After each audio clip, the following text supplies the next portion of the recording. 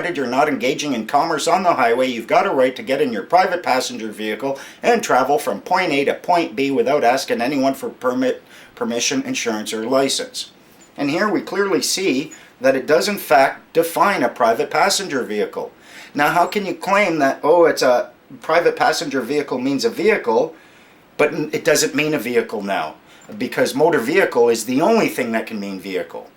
Here we see that the term vehicle can encompass a motor vehicle, it can encompass a private passenger vehicle, and the only difference between the two is that one can be used for commerce on the highway and requires registration. The other does not require registration, but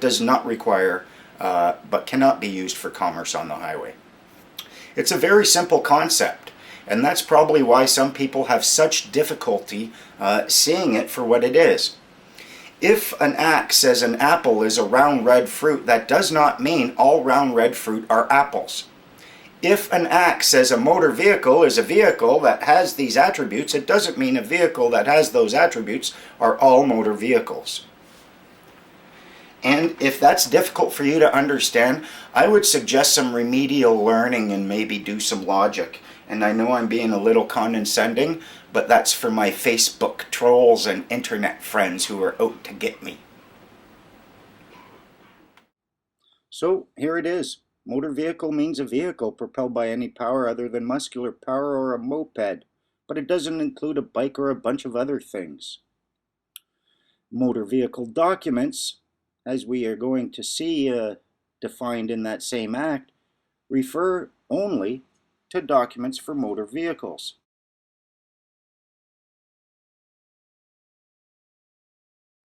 Motor vehicle document means, and then they've got a list.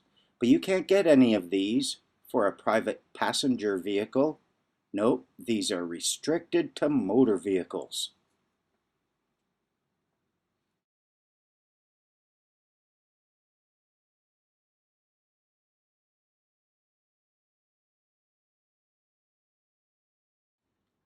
And here we see the definition of private passenger vehicle, used solely for personal transportation, not commerce, and it doesn't require permit, license, registration, or insurance. Why? Because this is a common law country and it's our property.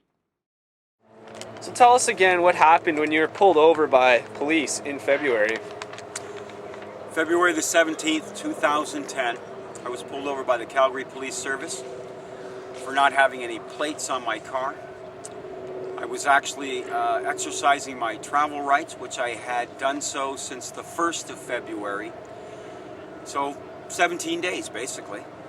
I had no registration, no insurance, traveled with no driver's license, and had no plates on my automobile. I considered it private property, and that pretty much sums that up. Why are you doing all this? My purpose was one of my main goals with regards to once I established my claim of right, was to get rid of the last piece of government identification that I have. I'm finding it very restrictive, and that our travel rights are not really being allowed to us. They want ID to travel on an airplane, to travel on a train, to travel on a bus, to use your automobile, and quite frankly, I'd like to be done with government identification. Okay. What is your understanding, as per the Traffic Safety Act, of a motor vehicle? Well, a motor vehicle requires motor vehicle documents. There's a number of different vehicles mentioned in the Traffic Safety Act. Firstly, they mention just vehicles. Then they mention motor vehicles. Then they mention insured vehicles. Then they mention registered vehicles. And then they mention commercial vehicles. And so each one of those for a motor vehicle requires 4 sets of documents, or motor vehicle documents, which are insurance or a financial responsibility card, registration documents, your driver's license, and a license plate. That's a motor vehicle. Okay, so when you were pulled over, did you consider yourself to be, your means of conveyance to be in a car, or automobile, or a motor vehicle? I considered my automobile to be private property and mentioned that to the police officer when they pulled me over, that this is private property. I am traveling in a common law jurisdiction by way of claim of right. So I considered it to be private property or a private passenger vehicle. And there's a funny thing about that, in that the only place that the word private passenger vehicle is mentioned is under the definition of a commercial vehicle in the definitions of the Motor Vehicle or Traffic Safety Act. And it mentions that a commercial vehicle is a vehicle that operates on the highway by or on behalf of a person for the purposes of transportation, but does not include a private passenger vehicle, private property vehicle. That's what I was in. Can you elaborate maybe a little bit more on the private passenger vehicle? Well, unfortunately, that was the only spot throughout the whole Traffic Safety Act that the words private passenger vehicle were mentioned. As a result thereof, I previously contacted insurance companies with regards to providing insurance on a private property or a private vehicle, and they do not have such a plan.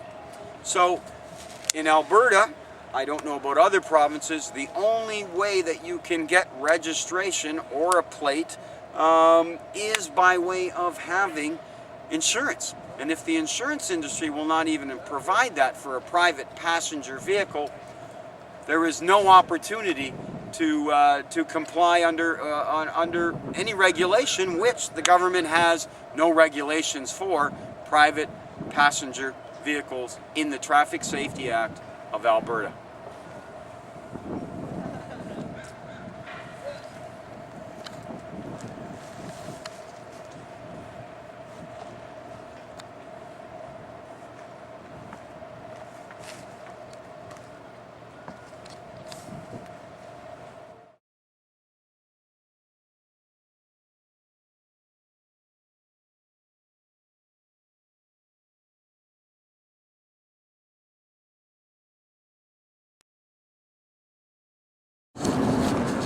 Here we are on Cortez with John,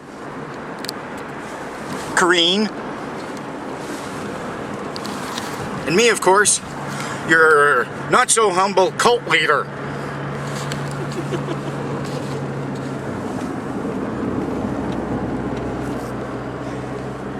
Yeah, I'm gonna craft a notice of I told you so.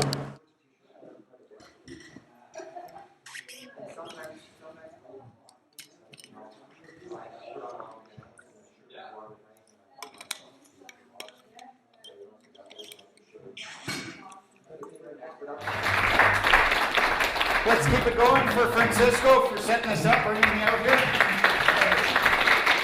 You don't mind if I grab a little seat while we have our little chat, do you? How y'all doing? This was advertised as a comedy show. It's more of a comedic perspective on the law. I used to do stand-up comedy until the government subjected me to what I felt was a betrayal and an unjust situation, caused me to start investigating. I'd also like to thank you guys for inviting me to your wonderful island here, Cortez. It's a wonderful place. I was very, very impressed. Although some of your women scared me with the intensity when you're having a potluck with them. They got some powerful bullshit detectors, don't they? And I met this one girl. She told me she was a vegetarian. She was pretty cute. I said, "So you're vegetarian? Will you go oats with me?" Oats out? I thought it was pretty good, but she was quick. She said, "But I barely know you."